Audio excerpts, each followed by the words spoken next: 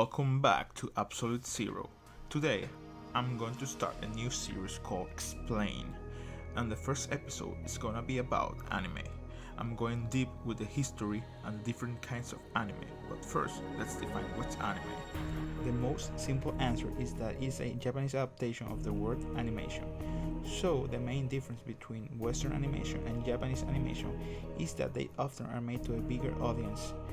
In the case of cartoons, they're mostly made for kids, but anime is made for people of all ages because anime is rooted in Japanese culture. And the genre are very vast. We have categories like comedy, romance, action, drama, hentai. There are also anime with contests meant specifically for boys called shonen and for girls called shoujo. I'm gonna talk about them later, but first let's talk about the history of anime. Let's start in the year 1907. In that time, Japanese animation received the name of Senga Eiga. That translates to movies of drawn lines.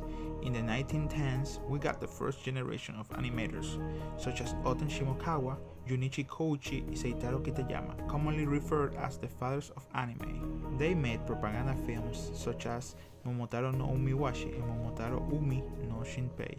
They were made during the World War II and they were aimed to children, and they show the prowess of the Japanese naval and military. And then the term Senga Eiga changed to Doga, that means moving images.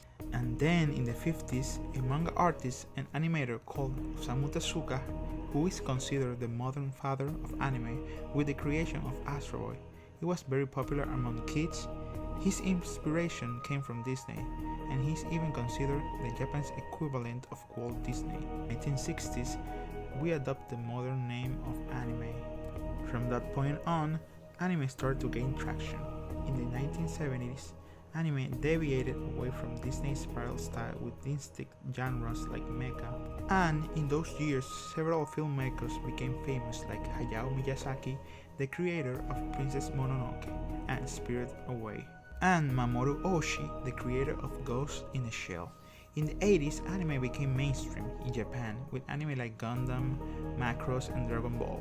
In the 90s, we saw the rise of Hideaki Anno, the creator of Neon Genesis Evangelion.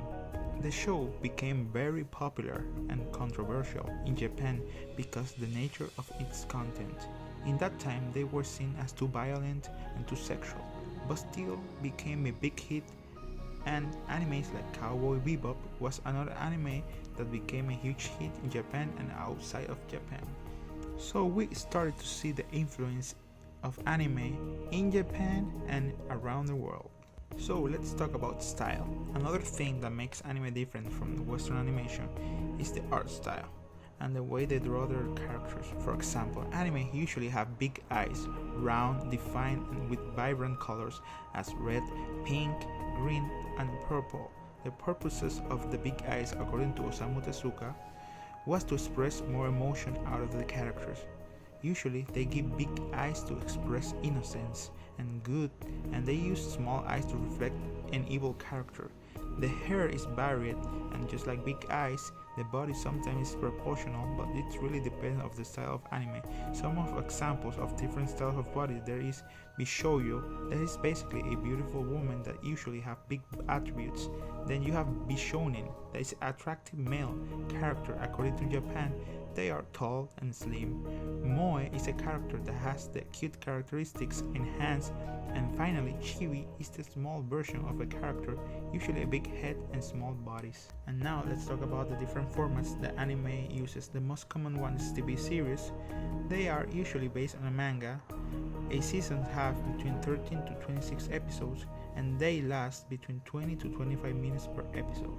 And then we have OVA, which stands for Original Video Animation. They are animation made only for video, like DVD or Blu-ray, and they usually last between minutes to 45 minutes.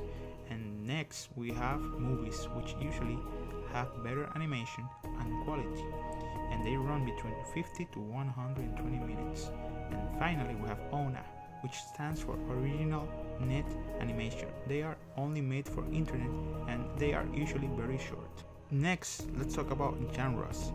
We have two groups, We have the demographic genres and the thematic genres. First, let's talk about the demographic genres. In the group, we have Kodomo, that means kid.